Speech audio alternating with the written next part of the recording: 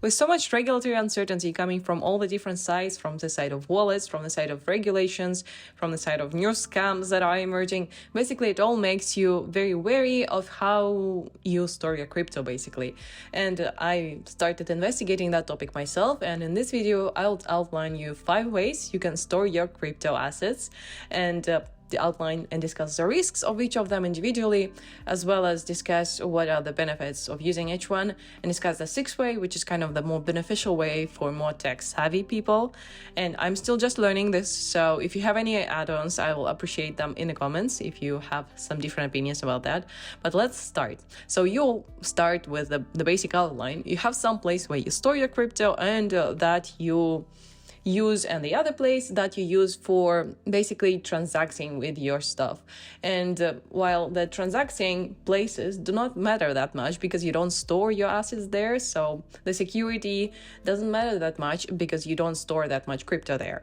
But where you store your main assets is a question that depends on several answers. It's very controversial and very individual, and depends both on your values, how much crypto you store, and how much you transact with it day to day. So how much convenience is important to you, and how much security is important to you, and well, decentralization, so to say. I'll start with exchanges as the most convenient and easy to use option that is basically the gateway for most people to enter the crypto in the first place. So while the phrase, not your keys, not your crypto, if you don't know your private key, you cannot use your crypto if you have to ask permission, that does hold true. That's not very good. That is not decentralized, and it is not how crypto was intended to be used. However, there is a certain category of people, and many people would agree, I assume, if they were honest, that some people would not have their seed phrase stored as safe as a crypto exchange or a third party would. 20 to 26% of all bitcoins are lost forever just because somebody forgot their private key or seed phrase somewhere, or lost their computer, or had it destroyed. There is a famous case when the guy in the UK, well, threw away his computer with a desktop wallet that had over 100 millions of bitcoins on that. So I mean, $100 million. Answer to yourself honestly, will your seed phrase and will your private key be safer with you or with a third party that pays quite a lot of money to keep your stuff secure?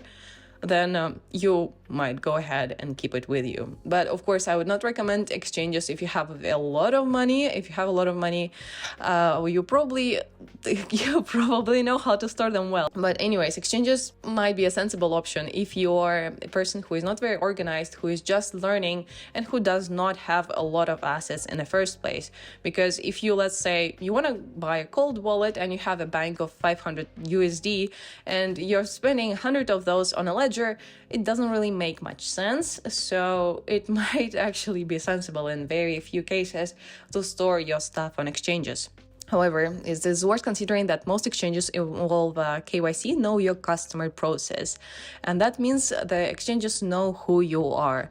And that is now depending on where you live or where you intend to live in the next like a year or next years. Because if there is a harsh political climate in where you live, the government consideration is actually a pretty big one, because if somebody doesn't like you in the government and you know that, it's not a very good idea to store your stuff on the crypto exchange, because they know who you are and they can easily devote you, take your crypto from you, and you're gonna be done and you will not be able to do anything with it. It's gonna be either frozen or taken from you forever. So yeah, that's the exchange. It's basically very much like a bank, the closest thing we have to a real life bank. Just remember the beginning of last year when even Binance basically restricted all people who lived in Russia from having a lot of assets. I think it was a limit of 10,000 euros or dollars on their account. So even Binance restricted, and Binance is the biggest exchange. So if Binance does that, most exchanges are likely to follow the suit. Now, assuming that you trust yourself more than a third party, let's move on to the next options. And we'll go with the web wallets first. They're very easy. Just install an extension to your web browser and you have your wallet in there, and you click one button and you are done. You are set up with a wallet. And with that ease, security does not come. So you basically have a very easy way, and this is a perfect way to have a burner wallet address that you basically use for some kind of NFT, airdrops or some testnets of very new projects that you don't know anything about. but it is not a good way to store your crypto. A bit of a safer way to store your stuff is installing the application directly onto your device. That it can be a mobile that I'm using as a microphone, or it can be your desktop. So because the application stores your private key that you use to access your assets directly inside the application, if it is in the web browser, it is stored somewhere on their servers, and if it is on your device, it is on your device.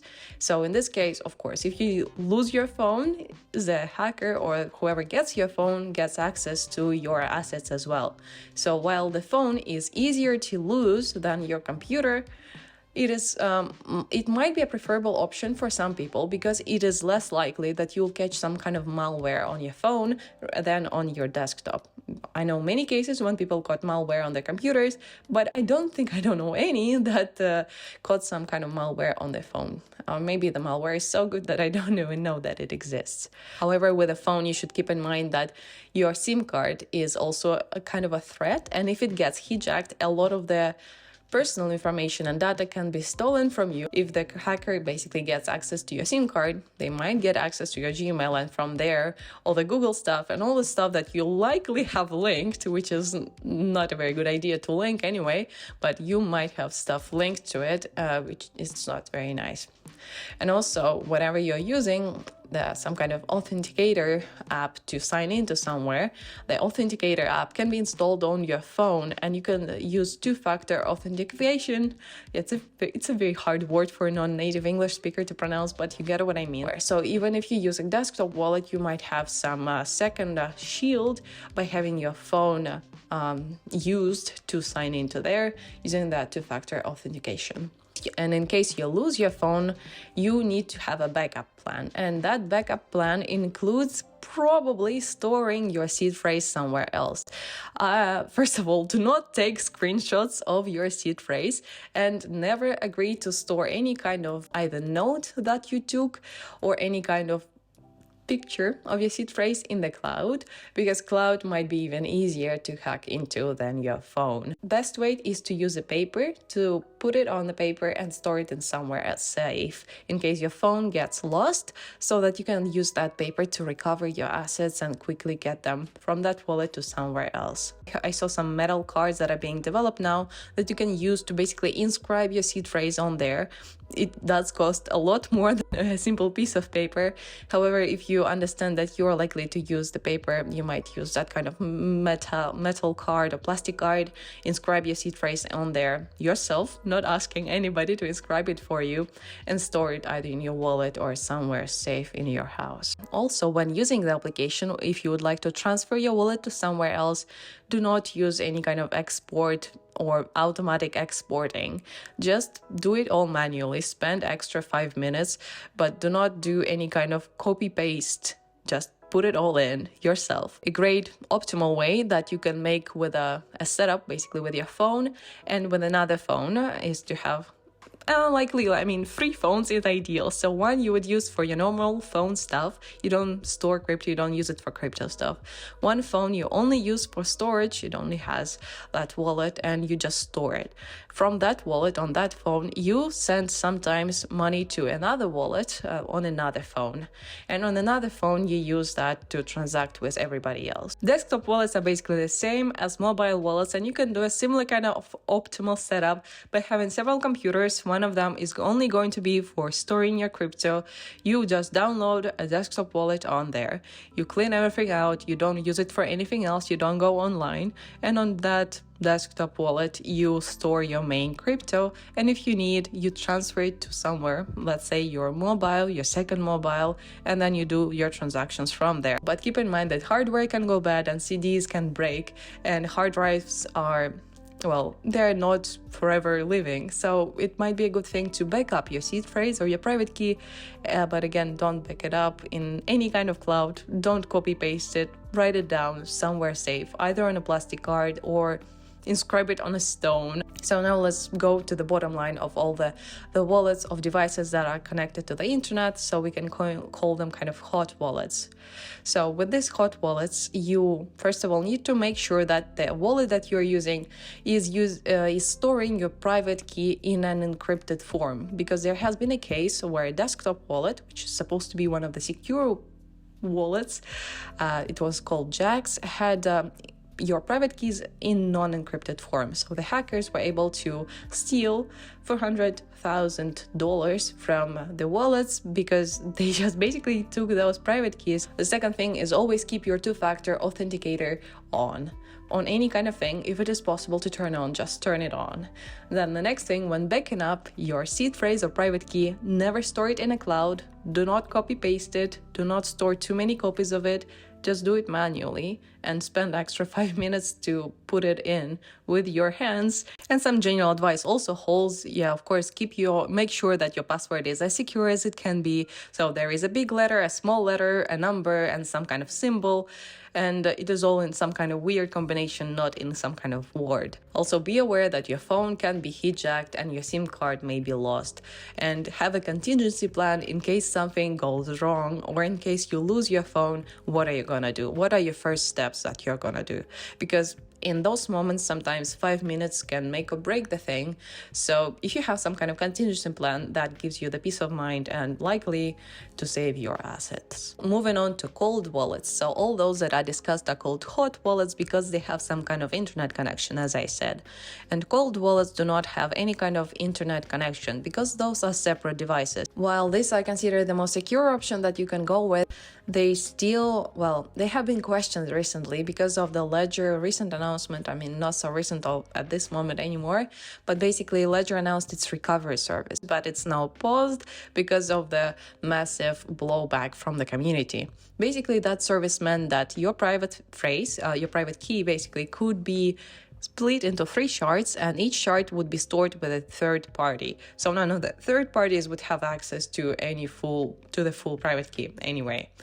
However, you cannot verify exactly if they would, or if Ledger already knows your private key this way, and if this backdoor always existed or not. So people started questioning a lot of things, and we don't have that many answers because Ledger is not open source. Multiple cold wallets, most cold wallets are open source apart from Ledger. Coming back to the recovery service, it would work the way that you would come to Ledger support, prove that you are you with some kind of, let's say, passport, and say, this is my wallet, this is me, give me my stuff back, and they would retrieve your private key and recover your assets. But if you would have to prove that you are you, would that mean that some kind of KYC process is going to be involved? So here we go with another backlash, because some people use cold wallets not to deal with any kind of KYC on exchanges, and if you involve KYC to the recovery service, what does this all mean? What does it turn the cold wallet into? So again, it might be not a concern for most people, because most people are honest users of crypto. They have nothing much to hide. Well, I don't know, but we'll assume that for the sake of this video. Recovery is important, and if we want the global adoption of crypto and we want people to use it easily and without much friction, they would need some kind of recovery service, but this might be not the best option. But again, we don't really know if it would work because it is paused. But it doesn't really matter much because the security and the trust has been undermined. But nevertheless, there have been many new players on the field, and there are multiple options to choose from. There are several considerations with the cold wallets. First of all, never buy it secondhand, never buy it on eBay, never buy it from a third party, and always buy it from the official website. So if you're buying Trezor, you buy it from Trezor website. If you buy it from Ledger, you buy it from the Ledger website. It is already the best thing you can do. That is all the 5 solutions I wanted to talk about. But that is multi-sig wallets, multi-sig vaults, I would even say. Basically, you have some kind of vault, and I'm going to talk about on the example of Gnosis SAFE, that is now known as just SAFE. It is not your normal wallet, not like your MetaMask. There are some smart contracts that you can call internally owned wallets. So you pay some gas fee to set up this kind of internal wallet. It is basically a smart contract. Then you inscribe owners to that wallet. Those owners can be your different wallets. And this way, you basically have different ways to access it. And then you set up the minimum number of signatures that you need to obtain to do any kind of operations with that wallet. So let's say you inscribe 5 owners to that wallet, to that smart contract wallet, and you say, I'll need at least 3 signatures. Then you have to sign on your ledger, then you have to sign on your MetaMask, and then you'll sign on your mobile wallet or any other combination of wallets that you inscribed as owners, and only then you'll be able to do some kind of transaction with the tokens that are on that smart contract. So this means that if the hacker gets access to any of those wallets individually, they will not be able to transact with your stuff that is in the Multisig smart contract, because this way they'll have to gain access to at least 3 or however many you inscribe as mandatory to be for the transaction to be executed. I'm not sure if I explained it all in a nice way, but if you have any questions about that, I'll try to answer to the best of my ability in the comments. However, there is still a lot of information that I will need to learn about the Multisig wallets, and in my opinion, they seem like the best option you can have right now, the safest one, if you are tech savvy enough and organized enough. One thing to point out here is that SAFE is only for EVM compatible stuff, so it's not good for Bitcoin. And if you'd like to store your Bitcoin as well, you might want to look into Qredo. Qredo also has support for Bitcoin. However, it works slightly different from SAFE, and it offers different products from vaults and wallets to some kind of workspace, as it is called, where you can basically have one wallet and you can set up different members to be able to access that wallet. But I'm not gonna go deeper anymore in this video because it will be too long, and we're talking about safe crypto storage anyway. But I'll just point that out to you as a thing you can research after this video if you'd like to. That was all I have for you in this video, and please give this video a like, and YouTube algorithm and I will both appreciate it quite a bit. And thank you very much for watching, and I'll see you in the next one.